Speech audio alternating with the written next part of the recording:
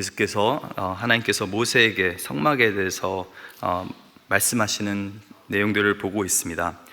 제가 예전에는 이 성막에 대한 내용을 묵상하면은 뭐 이렇게 디테일한 것이 많은가, 왜 이렇게 정교한가, 왜 이렇게 참 명령들이 많은가라고 생각했는데, 제가 이제는 그렇게 생각하지 않습니다.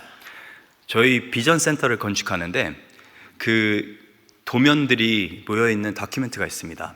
한 100페이지 정도가 되는데, 그 도면 안에는 기둥 하나하나가 어디 들어가는지, 수도가 어떻게 연결되는지, 또 어떤 재질로 어떤 곳에 뭐가 지어지는지, 인테리어에는 어떤 가구들이 들어가게 되는지, 그 모든 것들이 다 들어가 있습니다. 그래서 그걸 한번 리뷰하는 것 자체가 정말 너무나 힘든 일인데, 그걸 생각해 보면은 사실 하나님께서 성막을 지으신 것, 어떻게 보면 너무나 간단한 어떤 과정인 것 같습니다. 많은 세상의 왕들이, 또 지도자들이 자신들이 거할 처소를 만들 때는 최고의 것으로 정말 멋지게 화려하게 그렇게 만들고자 합니다. 제가 예전에 이제 한국에 있을 때 청와대를 방문한 적이 있었었는데, 청와대는 잔디 때깔부터가 다릅니다. 정말 최고의 것으로 그렇게 만드는데, 근데 어떻게 보면은 하나님께서 내가 너희 안에 거하겠다라고 말씀하셨는데, 그 거하겠다라고 하는 이 처소가 너무나도 사실은 작고 너무나 심플하고 그렇습니다. 근데 이 성막 안에 있는 그 요소 하나하나가 어떻게 보면 하나님께서 어떤 분이시라는 것을 우리에게 자세히 나타내고 있는 것입니다. 이 성막 안에는 하나님의 그 놀라운 속성이 담겨져 있고, 또 구원의 놀라운 원리 또한 그렇게 담겨져 있습니다. 왜냐하면 예수 그리스도가 이 땅에 오셨을 때 이 요한복음 1장에 보면은 태초에 말씀이 계시니라, 이 말씀이 하나님과 함께 계셨으니 이 말씀은 곧 하나님이시라. 그런데 14절에 보니까 말씀이 육신이 되어 우리 가운데 거하시매라고 그렇게 성경에 기록이 되어 있습니다. 근데 이 거하시매라고 하는 그 단어가, 이 헬라어 단어가 나중에 이 구약 성경을 헬라어로 번역한 그 성경을 보면은 이 성막을 얘기할 때, 그 tabernacle, 성막을 얘기할 때 표현하는 그 단어와 동일한 단어입니다. 다시 말해서 하나님께서 예수 그리스도를 이 땅에 보내주셨는데, 이 땅에 오신 그 이유가 바로 이 잃어버린 성막을 회복시키기 위해서 예수님께서는 오신 것입니다. 하나님 백성 안에 다시금 하나님께서 거하시기 위해서 내가 그들을 위해 거할 성소를 그렇게 만들고 계시는 것입니다. 그래서 예수님께서 오신 이유도 그렇고, 또 요한복음 2장에 보면은 예수님께서 십자가에 달려 죽으신 이유도 바로 이 성막을 완성시키기 위해서 그렇게 하신 것입니다. 성전을 깨끗게 하신 다음에 예수님께서 이 집은, 내 아버지의 집은 장사하는 집으로 만들지 말라고 그렇게 말씀하셨습니다. 그러면서 사람들이 도대체 당신이 누구인데 이렇게 하느냐, 근데 이 유대인들이 표적을 보여달라고 하는 그 가운데서 예수님께서 말씀하셨던 것이 이 요한복음 2장 19절에 너희가 이 성전을 헐라 내가 사흘 동안에 일으키리라. 유대인들이 이르되 이 성전은 46년 동안 지었거늘 내가 3일 동안에 일으키겠느냐 하더라. 그러나 예수는 성전된 자기 육체를 가리켜 말씀하신 것이라. 예수님이 오신 이유, 예수님이 십자가에 달리신 이유, 바로 하나님의 그 성막, 그 성전을 회복시키기 위해 그렇게 예수님께서는 오신 것입니다. 사실 성경의 그 첫 번째, 그 아름다운 모습, 이 에덴 동산에 담겨져 있는데, 성막이 사실 이 에덴 동산의 회복이라고도 볼 수가 있습니다. 인간이 하나님 앞에 범죄하고 나서 이 에덴 동산 동편 쪽으로 나가서 계속적으로 갔다고 되어 있습니다. 근데 이 성막을 보면은 문이 항상 이 동쪽에 다 위치해 있습니다. 왜냐하면은 죄된 인간은 계속적으로 이 동쪽으로 하나님을 멀리 떠나갔는데, 사실은 이제 성막을 통해서 성막을 들어올 때, 뜰로 들어올 때부터 이제 동쪽에서 서쪽으로 오게 되어 있습니다. 서쪽으로 다시 하나님의 임재 가까이 어떻게 보면은 인간이 들어오게 되는 것입니다. 그래서 많은 성경학자들이 에덴 동산 자체가 하나의 큰 성막이었다라고 그렇게 표현합니다. 그리고 구약에 성막이 있고, 그 다음에 성전이 있고, 예수 그리스도가 오셔서 그 성막과 성전을 자신의 몸으로 회복시키는 것이 있고, 또 요한계시록 마지막에 보면은 이 천국의 그 모습이 표현되어 있는데, 그 천국이 어떻게 표현되어 있습니까? 두 가지로 표현되어 있습니다. 하나는 놀라운 동산처럼 표현되어 있습니다. 그 천국 가운데 생명의 나무도 있다. 그리고 넘쳐 흐르는 그 물들, 마치 에덴 동산이 다시 회복된 듯한 모습이 있는 것이고, 그리고 거기에 성전의 모습이 있는 것입니다.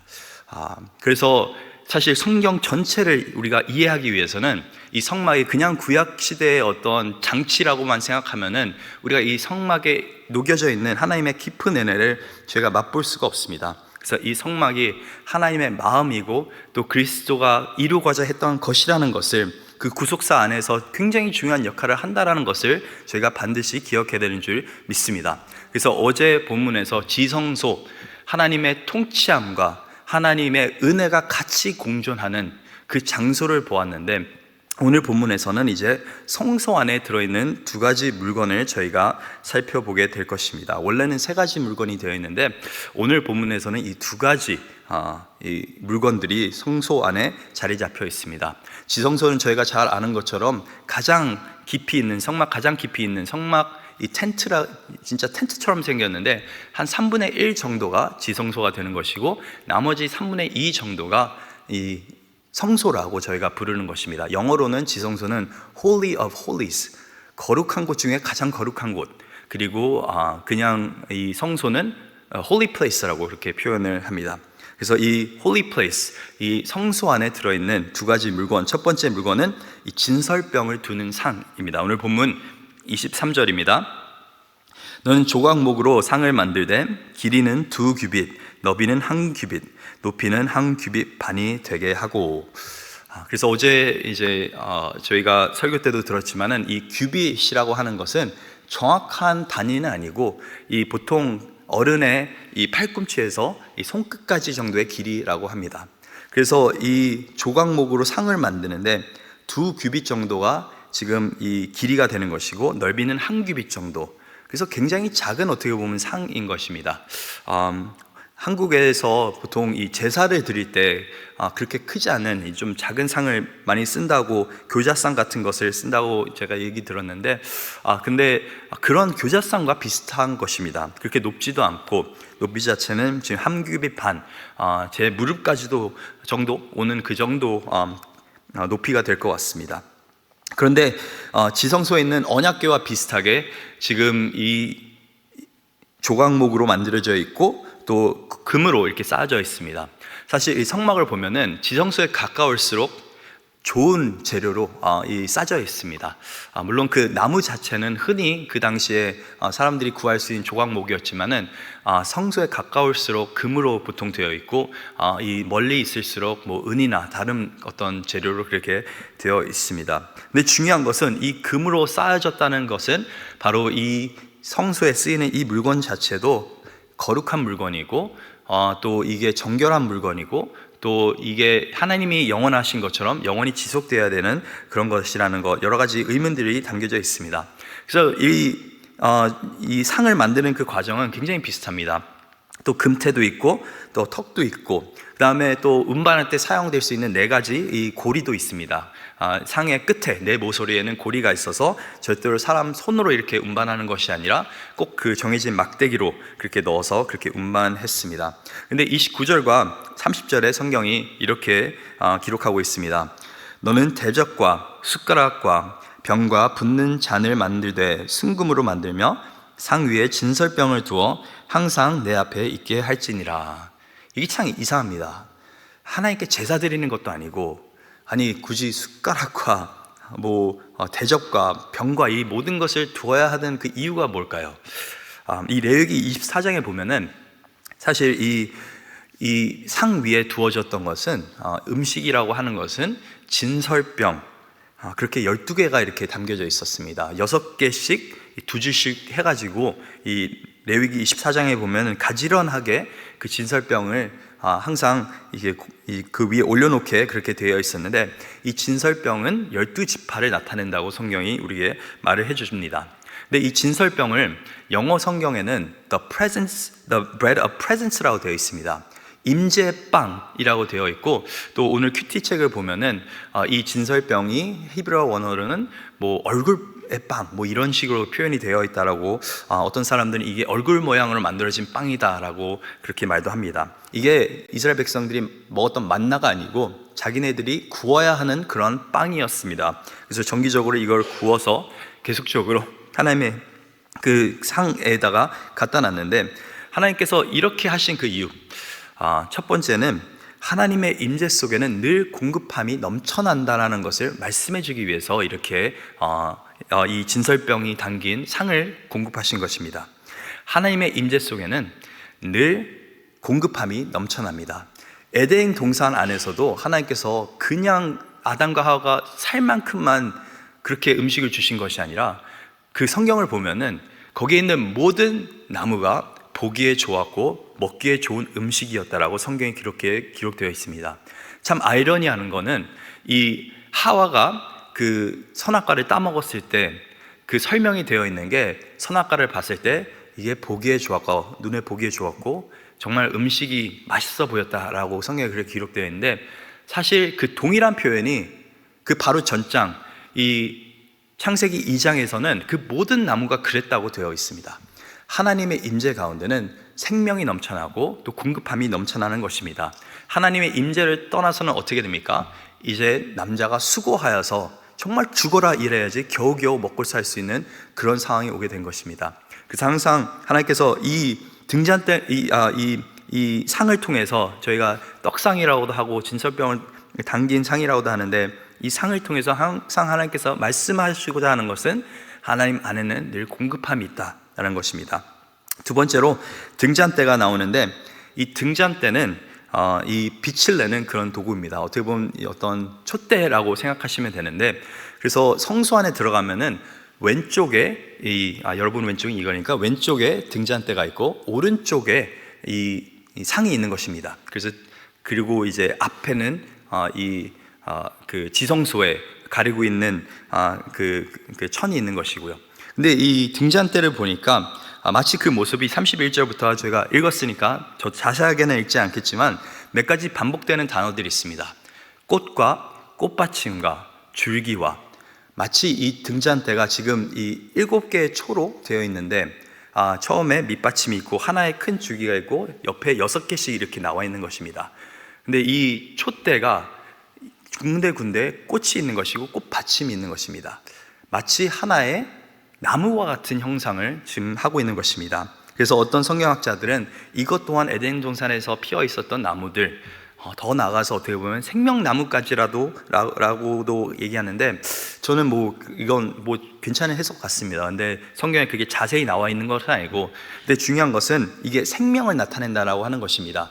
이 나무에는, 이 등잔대에는 생명이 흐른다, 그냥 빛을 내는 것이 아니라 생명의 빛이 비춰지고 있다라고 하는 것입니다.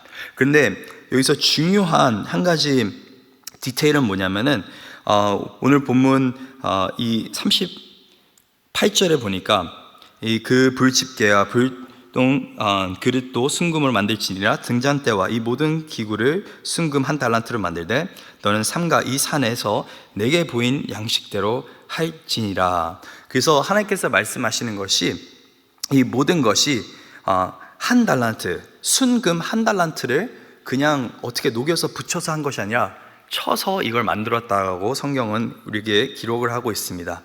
그래서 이 하나의, 어떻게 보면 하나의 나무가 순금으로 만들어진 것인데, 그런데 재밌는 것은 37절에 보니까 이 등잔대 7을 만들어 그 위에 두어 그냥 전체를 비추게 하는 것이 아니라 앞을 비추게 하라고 성경에 기록되어 있습니다. 그리고 나중에 민수기에서도 아론에게 이 등잔대에 대해서 설명할 때, 등잔대는 그냥 두는 것이 아니라 앞으로 좀 이렇게 해서 앞을 비출 수 있게. 왜냐하면은 그 등잔대가 여기 있고 반대쪽에 뭐가 있습니까? 이게 무엇을 비추고 있겠습니까? 그 진설이 담긴, 그 빈설병이 담긴 그 상을 비추고 있는 것입니다.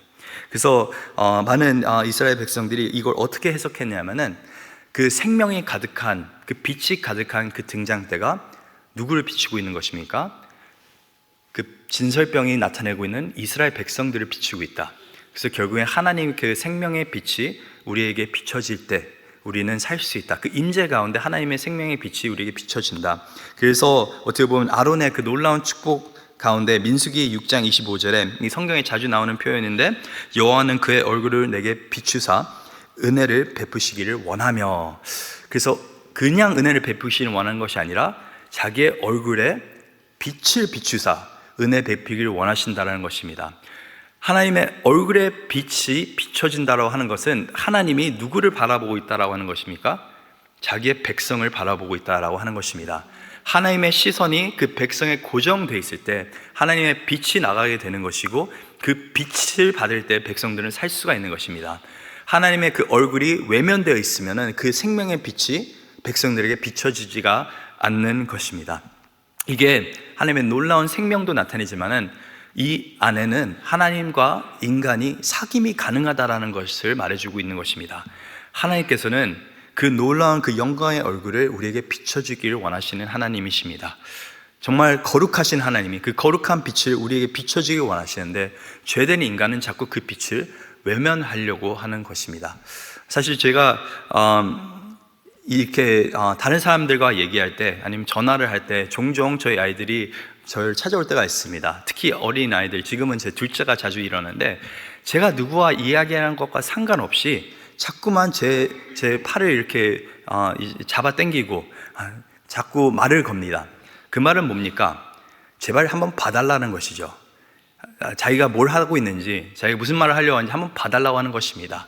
그리고 이 아이를 쳐다봤을 때 그 아이는 이제 자기의 마음에 있는 그 얘기를 합니다. 그 말은 뭐냐면은, 우리가 사람의 얼굴을 쳐다보고 있다고 하는 것은 이야기를 할 수 있다는 것이고 관계를 맺을 수가 있다고 하는 것입니다.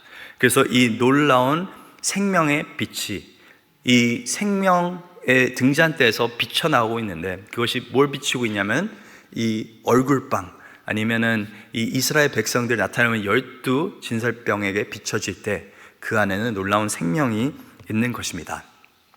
자, 근데 여기서 끝나는 것이 아니라, 이것이 구약 시대의 이 성막을 이해하는 방법이었는데, 신약 시대에 예수님께서 동일하게 이 땅에 생명의 빛으로 오셨습니다.